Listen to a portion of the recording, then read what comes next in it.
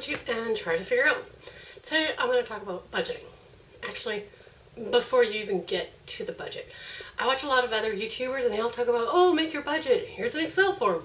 Oh, you got to follow your budget. Make a budget. But how do you make a budget? How do you start? Where do you find these numbers? And what numbers do you plug in? And what about what categories? So I'm going to tell you the biggest secret that a lot of people don't talk about. And the secret to making a successful budget is tracking. You need to track your spending. So for the first month, and actually I recommend 2 to 3 months, yeah, you're not even going to have a budget for 3 months if you're only starting today, honestly. Unless you do all your spending on debit cards or credit cards only, and you can look back at your last 3 months spending and write it all down and then go through that. If you use cash at all, and I mean like you're taking out $50 in cash and you don't know where you spent it, this won't work. You have to write it down, and you have to wait till the next couple of months to start your budget. It's very simple. Write it down.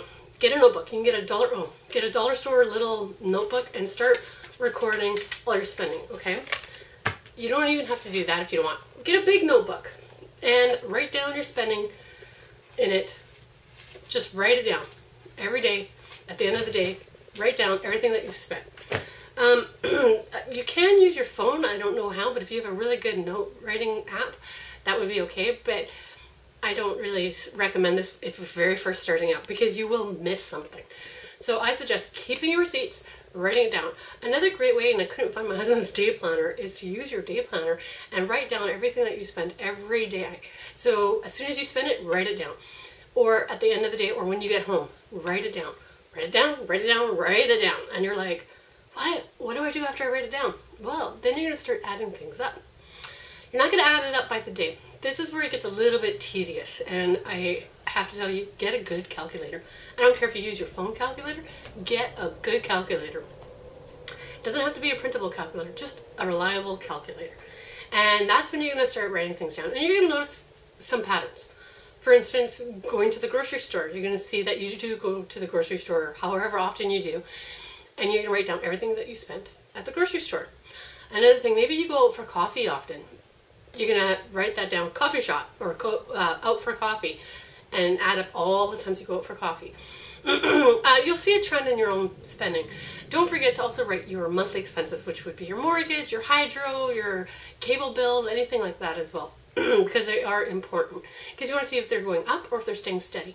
They should be staying steady, but if they are going up, absolutely call the company that is charging you more and ask them why it keeps going up.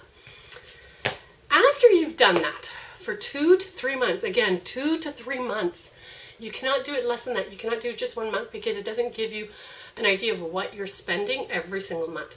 Some months might be a little bit lower or more, or less or more than the month before. But you will need to see how you're tracking what you're doing.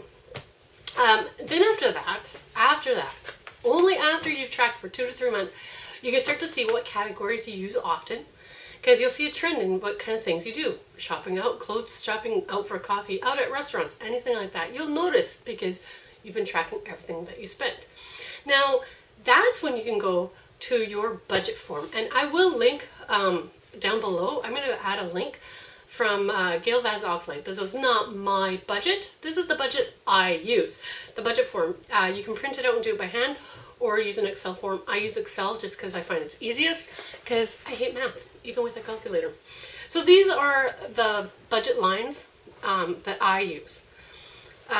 There's always a mortgage, electricity, gas and water, my parents' cell phone because we pay for that, cable, telephone, internet because we buy a package for all, and that's a home phone, by the way. Then we have the Rogers phone. Rogers is one of the companies we have it with. Daughter's cell phone. Car payments, insurance and licensing, the line of credit. And then here we go is the variable. So that was all my monthly expenses that stay the same every single month. The variable, the line of credit changes depending on what my snowball is. So we'll talk about that in another video, but for now we're just talking about our categories for a budget. The variable expenses. Now, Gail Vaz Oxlade does give you some categories and you can change them as you want. And this is what I've done. I have an allowance. I have gas for the car. repairs for the car, which I have a sinking fund, public transportation, so bus fare, and parking, medical, dental, groceries, restaurants, haircuts, entertainment. Now, entertainment means going to a friend's house and taking some snacks or wine or something like that.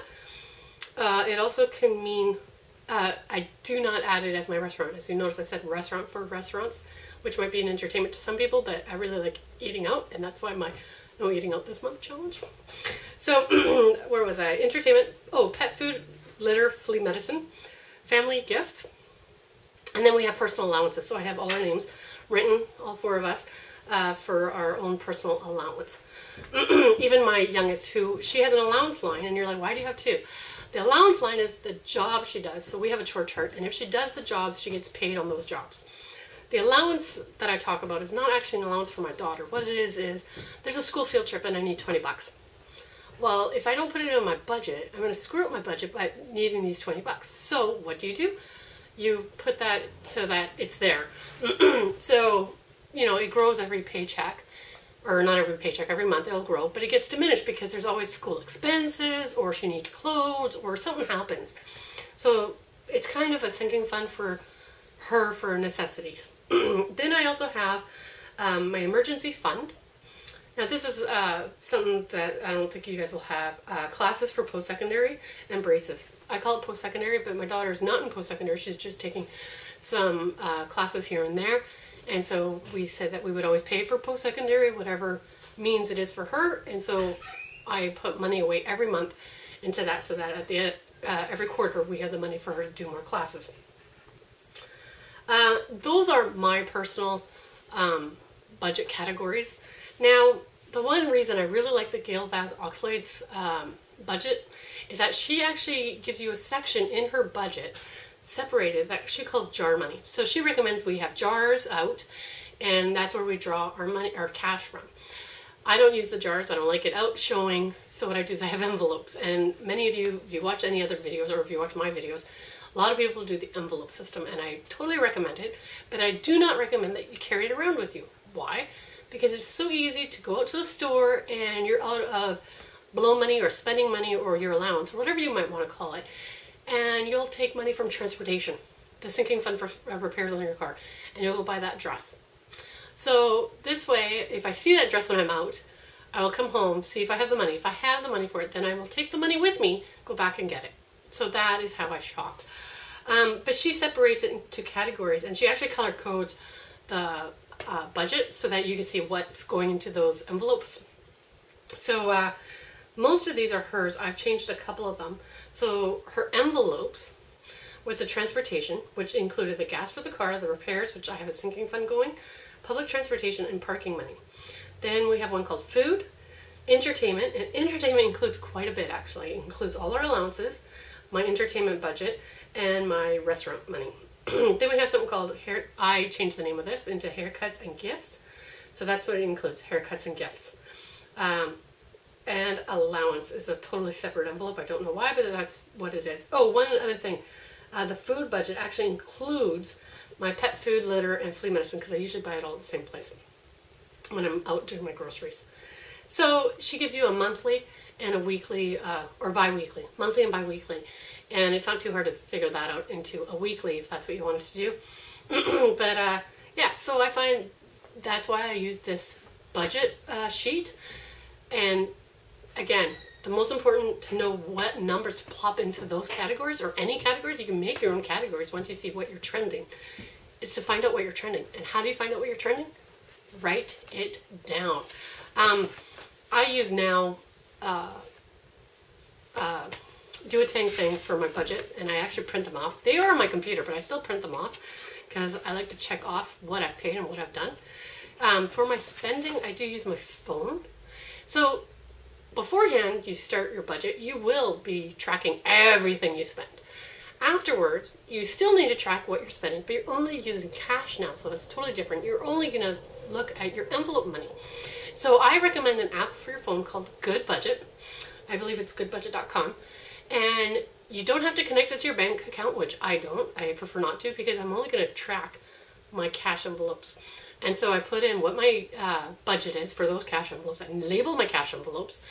And as I'm spending, I'm taking away from those envelopes, and it'll actually show you what you have in your envelopes, which I think is awesome and pretty cool.